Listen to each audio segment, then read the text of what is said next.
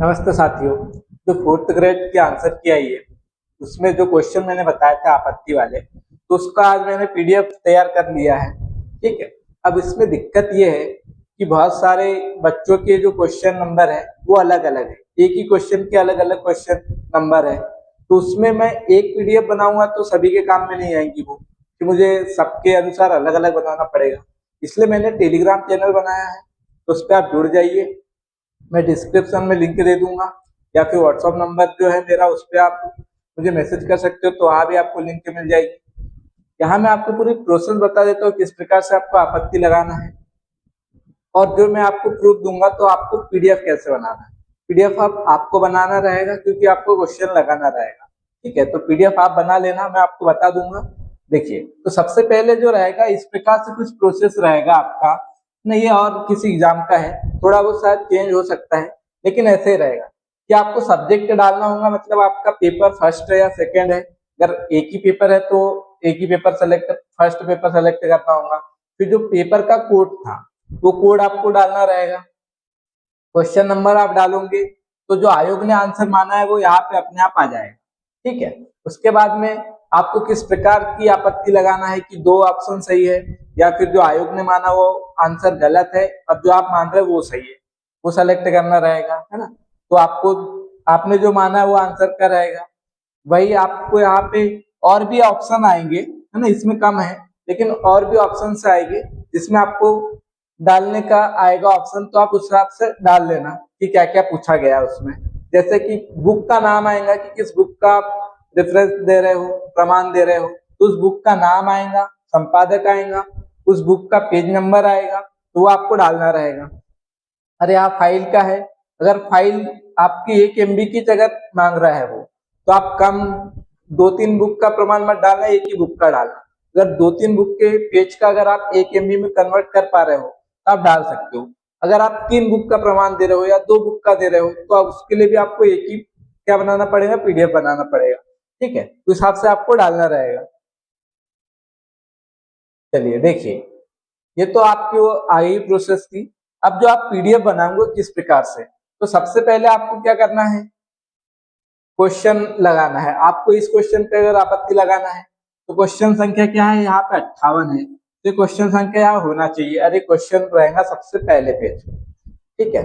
अब यही क्वेश्चन बहुत से बच्चों का है, लेकिन हो सके वहां पे उनकी प्रश्न संख्या दूसरी हो, इसलिए मैंने याली पीडीएफ बनाई है। तो अब ये सिर्फ 58 वाले काम में आएंगी जिसका भी प्रश्न क्रमांक 58 था। ठीक है, सभी के काम नहीं आएंगी, इसलिए मैं इसके पेज आपको टेलीग्राम पे सेंड कर दूंगा, तो वहां से आप उठा के पेज बना लोगे। तो सबसे पहला जो पेज है आपको याला लगाना है। ठीक है। उसके बाद जो भी बुक रहे, जैसे हमारे पास में ये बुक है संस्कृत हिंदी शब्दकोश, तो पहले जो पेज है इसका फ्रंट पे इसकी फोटो लगाना है आपको। उसके बाद में इसकी बाद में आपको ये लगाना है। उसके बाद में जो पेज है, 2-3 पेज होते हैं जिसमें सब जानकारी दी होती है कि कहाँ से पब्लिश हुई है ना, कहाँ से ये बनी है, कौन सा संस्करण है। ठीक है, तो ये चीजें आपको उसमें ये पेज ऐड करना रहेगा। उसके बाद में अब इसी बुक का आपने पेज लगाया है तो आपको पूरे पेज की फोटो लगेगी, जिसमें साफ तरीके से दिखना चाहिए कि पेज नंबर कौन सा है। इसी बुक का पेज नंबर दिख रहा है 203।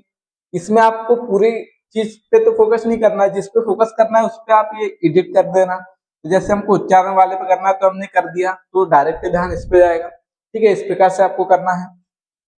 उसके बाद अगर इसी पीडीएफ में आपको और ये कामदेव प्रसाद गुरु की बुक है, इसका भी प्रमाण साथ में देना है, तो आप इसका भी पेज लगाइए। सेम प्रोसेस आपको करना है, ऐसे आपको करना है पंडित कामदेव प्रसाद गुरु का ये पेज। और फिर जो भी पेज का आप लगाओगे तो उसमें पेज नंबर यहाँ पे दिखना चाहिए, ऊपर होगा या फिर यहाँ नीचे में, तो समझ आना चाहिए। जो भी रहेगा आपको जिस पे फोकस करना है उस पे आप ये अंडरलाइन कर सकते हो। इस बुक का लगा रहे हो, तीनों बुक के अलग अलग भी लगा सकते हो, मतलब अलग अलग व्यक्ति तीनों बुक से लगा सकते हैं अलग अलग। अगर पीडीएफ तो आपकी एक ही बनेगा, एक ही बनेगी, ऐसा नहीं कि आप 3 पीडीएफ बना के लगाओगे, क्योंकि एक ही पीडीएफ अपलोड होगी। तीनों एक ही पीडीएफ में आप तीनों बुक को ले लीजिए, और जितना भी एमबी दे आपको, जो भी आपको दे कि भाई 2 MB तक के, 1 MB तक के, तो हिसाब से आपको कन्वर्ट करना है। और आपके पेज इस प्रकार से लगाना रहेगा। ठीक है, ये हो जाएगा। इसके बाद में आपको लास्ट में क्या करना रहेगा, सारांश आपको आपके अनुसार उसमें लिखना रहेगा। जैसे कि ये हमने लिख दिया, उपयुक्त तथ्यों के अनुसार संस्कृत हिंदी शब्दकोश वामन शिवराम आपटे में उच्चारण शब्द की संरचना उत के साथ में देके रखी, जो हमने आगे प्रमाण दिया है ना। वही हिंदी व्याकरण काव्य प्रसाद गुरु का, इसमें क्या दिया इस किताब में, उद और उत को दोनों को ही क्या माना, उपसर्ग माना, उत और उत को। फिर ये हमने जो हिंदी व्याकरण एवं रचना प्रबोध का लगाया है, तो इसमें भी ये इस प्रकार से दे के रखा है कि उद और चारण दे के रखा है। तो इस प्रकार से आपको ये लगाना रहेगा। तो ये तो पेज मैंने बना दिए ये वाले, है ना, इसकी मैं फोटो लगा भेज दूंगा। आपको क्या करना, सिर्फ आपका जो क्वेश्चन है, क्वेश्चन नंबर, वो पेज लगाना रहेगा। बाकी तो मैं पूरा आपको टेलीग्राम पे भेज दूंगा। ठीक है, या तो आप व्हाट्सएप नंबर पे मुझे मैसेज कर देना, या फिर कपिल सर हिंदी, ये इंस्टाग्राम की आईडी, इस पे भी आप मैसेज कर सकते हो, है ना। व्हाट्सएप नंबर भी मैं आपको बता देता हूँ, 77।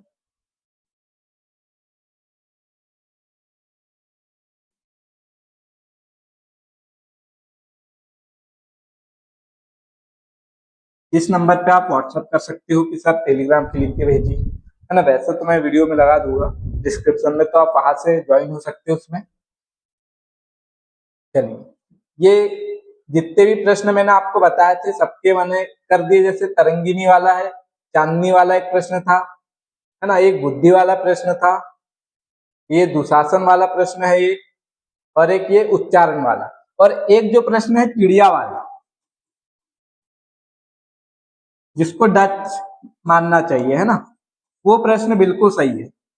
जो डच है ये सिर्फ हमको रचना प्रबोध में मिलता है, उसके अलावा और कहीं इसका प्रमाण नहीं मिलता है। क्योंकि जो चिड़िया शब्द है ना ही विदेशी शब्द है ना ही देशज है, वो कौन सा शब्द है, तद्भव शब्द है। ठीक है, अब इसका प्रमाण मैं आपको दिखा देता हूँ। तो इस किताब पे अगर आप लगा सकते हो, ये वाली किताब में ही आपको मिलेगा। इसका आप अगर लगाना चाहो तो लगा दो, शायद ही ये मानेंगे, है ना। हिंदी व्याकरण इसी में आपको मिलेगा कि उसमें डच भाषा में देके रखा है, इसके अलावा आपको कई प्रमाण नहीं मिलेगा, क्योंकि वो शब्द ना ही विदेशी है ना ही देशज है।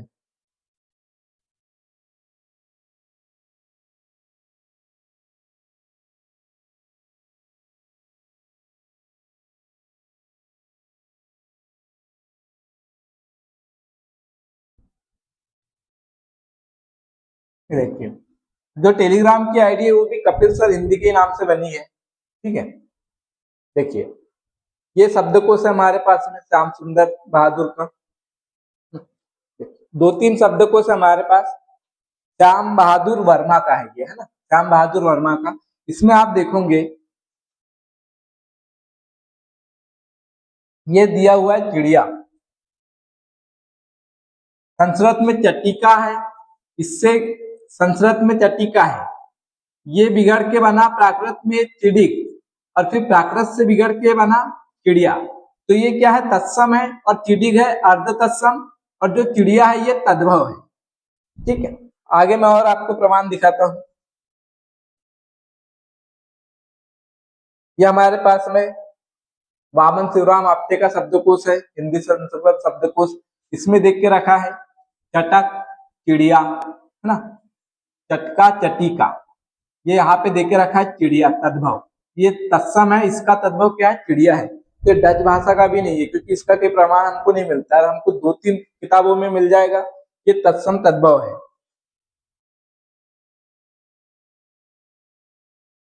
ये यहाँ पे आप देखोगे कि चिड़िया, ये भी शब्दकोश है नालंदा का, शब्द सागर, ये यहाँ पे चिड़िया लिखा हुआ है, ये लिखा हुआ है यहाँ हिंदी,